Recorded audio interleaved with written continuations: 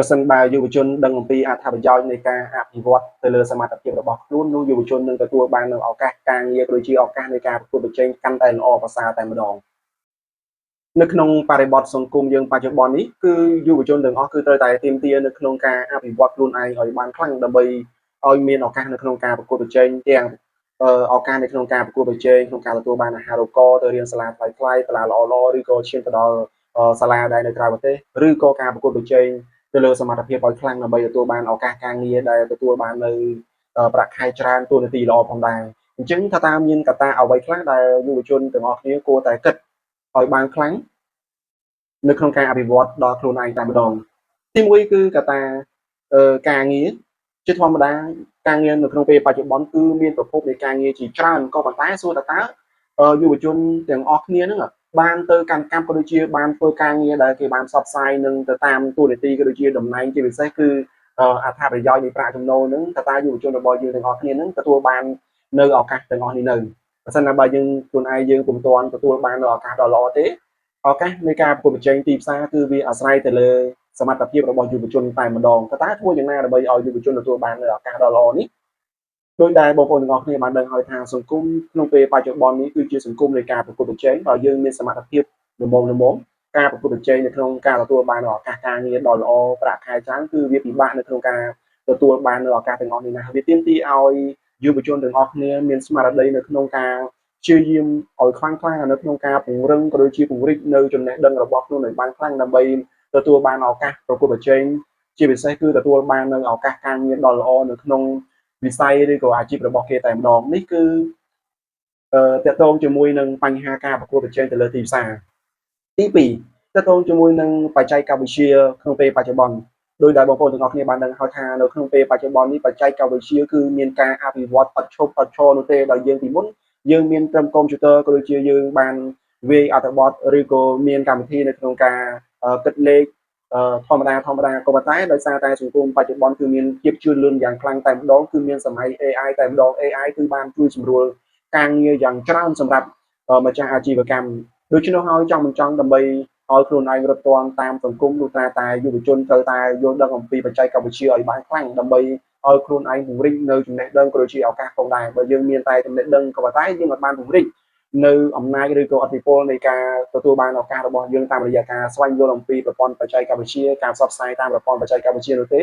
វាក៏ជាកត្តាមួយដែលជួយជំរុញឲ្យយុវជនមិនទទួលបាននៅឱកាសនៅក្នុងការប្រកួតប្រជែងឬក៏ទទួលបាននៅឱកាសការងារដ៏ល្អផងដែរដូច្នោះហើយយុវជនត្រូវតែទាមទារនៅក្នុងការស្វែងយល់ឲ្យបានខ្លាំង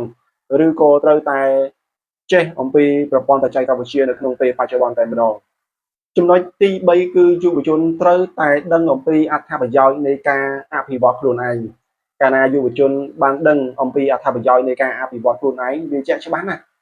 កត្តាទី2នៅខាងលើដែលខ្ញុំនិយាយនោះវាពិតជាមានភាពងាយស្រួលដើម្បីឲ្យយុវជននៅក្នុងការឆ្លងកាត់ឬក៏មានការតស៊ូនៅក្នុងការធ្វើការងារក៏ដូចជាការពង្រីកនៅចំណេះដឹងរបស់ខ្លួនតាមរយៈការដឹងអំពីអត្ថប្រយោជន៍នៅក្នុងការអភិវឌ្ឍខ្លួនឯងតែម្ដងទី4ទី3តទៅជាមួយនឹងអភិពលជុំវិញតែម្ដងអតិពលជុំវិញមិនថាគ្រួសារក្តីមិត្តភក្តិក្តីសង្គមក្តីគឺគេត្រូវតែចាំគេកំពុងតែចាំមើលតើយើងបានអភិវឌ្ឍខ្លួនឯងបានដល់កម្រិតណាហើយតើតំណែងនៅក្នុងការធ្វើការងាររបស់គាត់ឬក៏ប្រាក់ចំណូលរបស់យើងវាទទួលបានប្រមាណហើយពីព្រោះថាមជ្ឈដ្ឋាននៅជុំវិញយើងប្រៀបបីដូចជាកញ្ចក់សម្រាប់ឆ្លុះបញ្ចាំងយើងចឹងកាលណាយើងមិនមានការព្យាយាម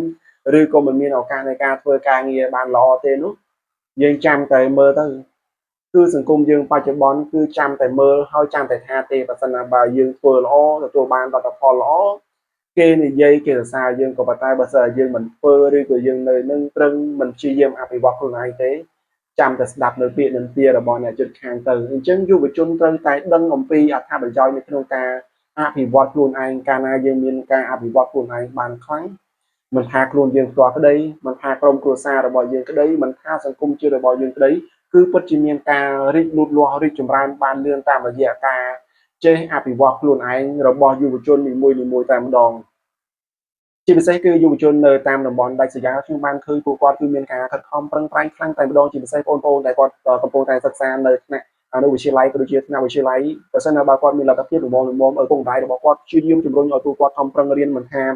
រៀននៅក្នុងម៉ោងរត់នោះទេគឺព្យាយាមរៀន គួរបន្ថែមទៀតដើម្បីទទួលបាននៅចំណេះដឹងផ្សេងៗអំពីលោកគ្រូនិងអ្នកគ្រូរបស់ពួកគាត់តែម្ដងទាំងអស់នេះគឺសូមបញ្ជាក់ឲ្យឃើញថាយុវជនរបស់យើងមិនថានៅតាមទីជនបទមិនថានៅតាមទីក្រុងទេគឺបច្ចុប្បន្ននេះគឺពួកគាត់កំពុងតែមានការប្រកួតប្រជែងក៏ដូចជាមានការព្យាយាមពង្រឹងនៅសមត្ថភាពរបស់គាត់តែម្ដងក៏ប៉ុន្តែក៏នៅតែមានយុវជនមួយចំនួនពួកគាត់បានធ្វើប្រហែសដោយគាត់ពឹងផ្អែកទៅលើឪពុកម្ដាយរបស់គាត់ជាអ្នកមានឬក៏ឪពុកម្ដាយរបស់គាត់មិនបានយកការចេះទុកដាក់ទៅលើការតាមដាននៃការសិក្សារបស់គាត់ដែលវាជាហេតុធ្វើឲ្យគាត់ចាកឆ្ងាយអំពីការសិក្សាធ្វើឲ្យអនាគតរបស់គាត់ពិបាកនឹងមើលឃើញល្អដូចទេណាអញ្ចឹងវីដេអូនេះខ្ញុំសូមផ្ញើជូនទៅដល់យុវជនទាំងអស់គ្នានៅពេលដែលយើងទាំងអស់គ្នាបានដឹងហើយថានៅក្នុងសម័យនេះលុះត្រាតែយើងមានការប្រកួតប្រជែងលុះត្រាតែយើងមានការពង្រឹងពង្រីកនៅសមត្ថភាពរបស់យើងបានយើងទទួលបានឱកាសដ៏ល្អមិនថាឱកាសការងារក្តីឱកាសការសិក្សាក្តីនោះទេអញ្ចឹងយុវជនទាំងអស់គ្នាត្រូវតែនាំគ្នាព្យាយាមពង្រឹងនិងពង្រីកនៅសមត្ថភាពទាំងចំណេះដឹងរបស់ខ្លួនឯងមិនថាសមត្ថភាពចំណេះនៅក្នុងជំនាញរបស់ខ្លួនសមត្ថភាពខាងផ្នែកប្រព័ន្ធបច្ចេកវិទ្យាក្តីគឺត្រូវតែនាំគ្នាព្យាយាមប្រឹងប្រែងឲ្យខ្លាំងដើម្បីទទួលបានអនាគតដ៏ល្អប្រសើរផងដែរនៅក្នុងវីដេអូរបស់ខ្ញុំចែករំលែកជូនទៅដល់បងប្អូនទាំងអស់គ្នាតែប៉ុណ្ណេះបើសិនណាបានមានចំណុចណាខ្វះខាតសូមបងប្អូនមេត្តាខន្តីអភ័យអត់ទោសដល់ខ្ញុំបាទផងហើយខ្ញុំសូមបញ្ជាក់ថាខ្ញុំមិនមែនជាអ្នកចេះដឹងឬក៏អ្នកមានការងារធំដុំអ្វីនោះទេក៏ប៉ុន្តែនេះវាគឺជាបទពិសោធន៍ក៏ដូចជាការមើលឃើញជាក់ស្ដែងរបស់ខ្ញុំដូច្នោះហើយក៏ខ្ញុំចងក្រងជាវីដេអូដើម្បីចែកជូនទៅដល់បងប្អូនទាំងអស់គ្នាឲ្យបានដឹងអំពីអត្ថប្រយោជន៍នៅក្នុងការអភិវឌ្ឍខ្លួនឯងរបស់យុវជនតែម្ដងបាទសូមអរគុណសូមជម្រាបលាបាយបាយ